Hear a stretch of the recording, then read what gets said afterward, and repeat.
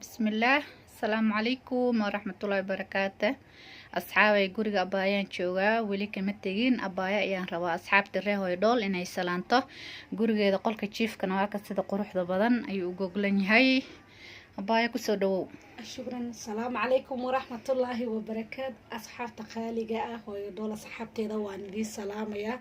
سلام كشكي لابتك سو قاضي سو دوادا سبسكرايب وصارة لايك نو عاوية ان كومنتك سيديو كله aad ما سنتي sida wanaagsan mar walba noo la soo xiriirtaan oo noo dhilgareysaan waxaan soo galino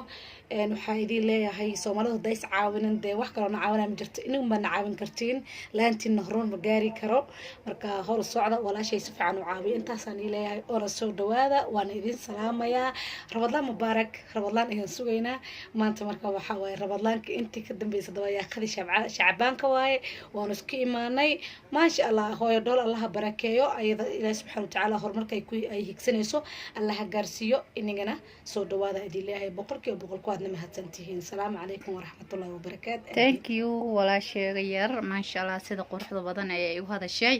ma sha Allah Allah barakeeyo codkeedana Allah u barakeeyo tabaarakallah waa ka rasmiiraagina sida quruxda badan ayay ilaafta uga buuxdaa wallahi cadarada dooqayga oo dhan saaran inaba caadi ma walaasheega yar way shidanta kan yariis waaya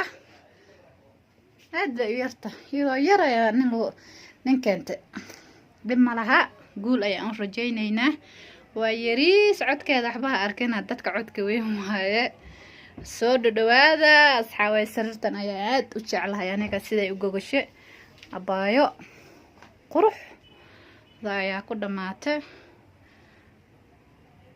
asxaabay abaayo iyadana inta soo duceyno asxaabtayda inuu ilaahay siiyo أولاد بارئة وصالحين ولد صالحة ويل يا جبر بله عمر دير وعبادة له مع السلامة.